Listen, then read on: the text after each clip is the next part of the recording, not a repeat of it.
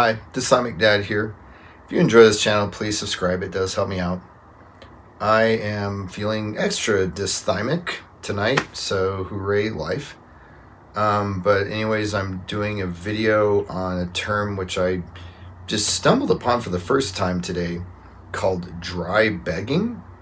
And it's kind of amazing to me because it is so applicable to the experience that people have dealing with covert narcissists.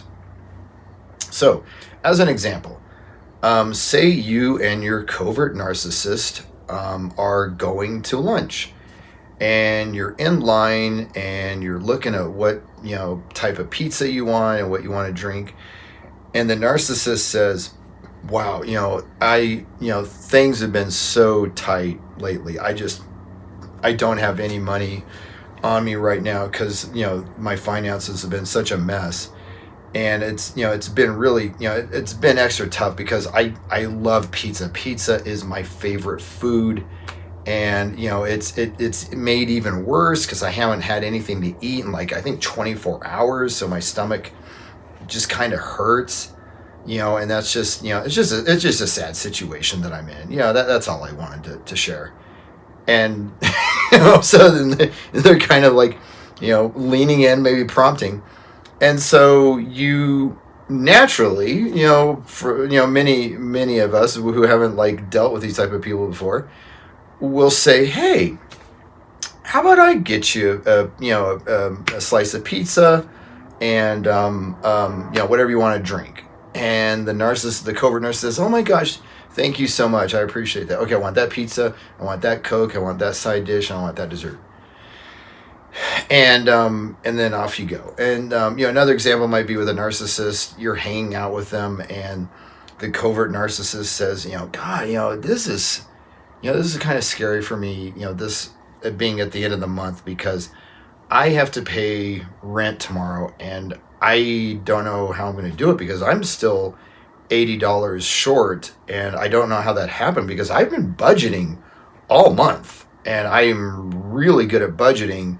But then when I checked my balance this morning, I was $80 short, and it's scary because I think this is like one of the third time that this has happened where I'll pay late, and I think that like by the agreement, the contract I signed, they can kick me out and evict me if I'm late 3 times." And so it's just a scary time for me right now. Again, leaning in, kind of prompting, waiting for you to say, "Hey, $80 isn't a big deal. Here's $80. This'll help you, with your mortgage this month." And away they go. So there's a couple of components that are very key to this with regards to how the covert narcissist is using dry begging and how they approach it.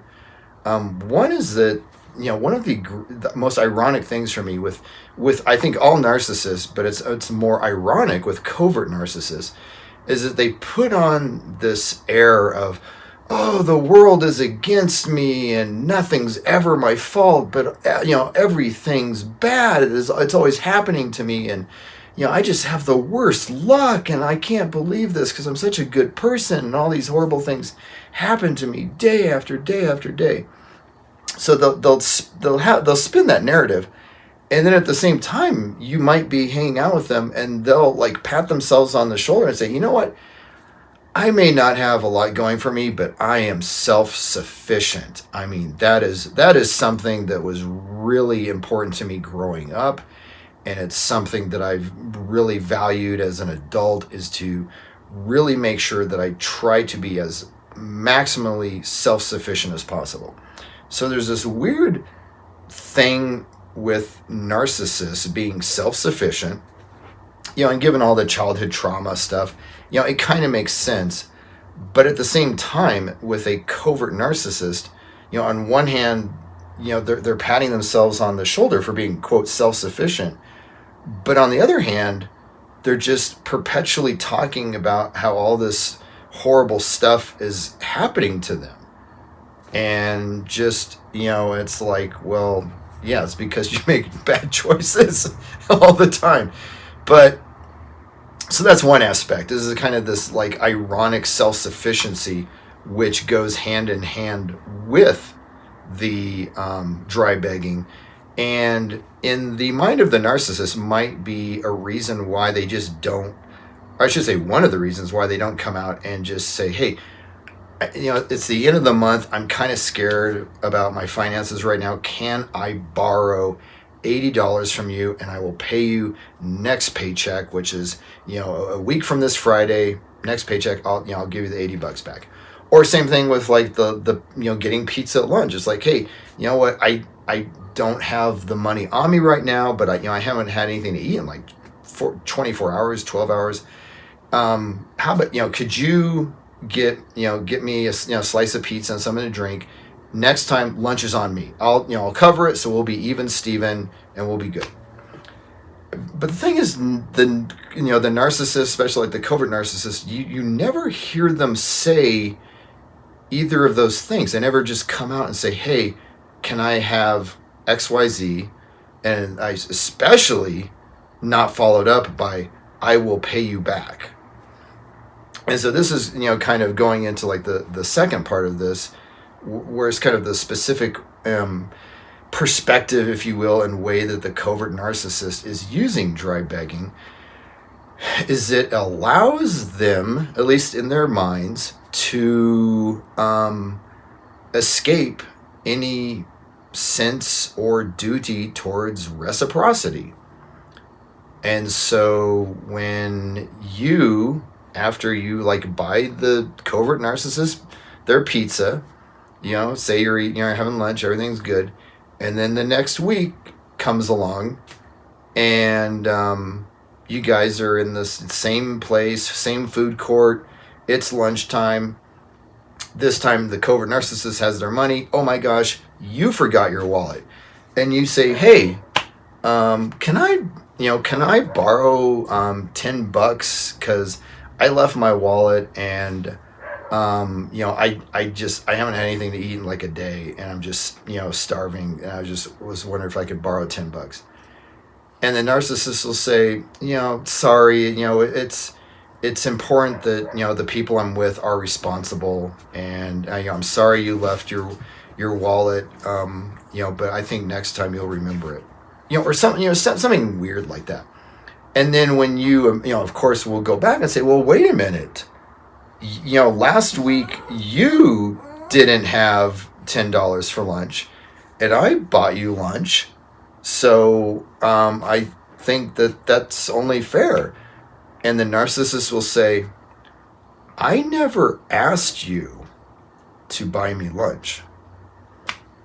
And it's the same thing. If the situation happened with, like, say, the $80 and you went back and said, hey, can I borrow $80? And the narcissist says, no, I have a policy. I just don't lend money to friends because it hasn't worked out in the past. And you say, well, wait a minute. I lent you $80 last, or gave you $80 last month. I think it's only fair that you give me $80 this month. And they'll say, no, I never asked you for $80. So I assume that $80 was a gift. But I never asked you for $80. I clearly remember what happened, and I did not ask you for $80.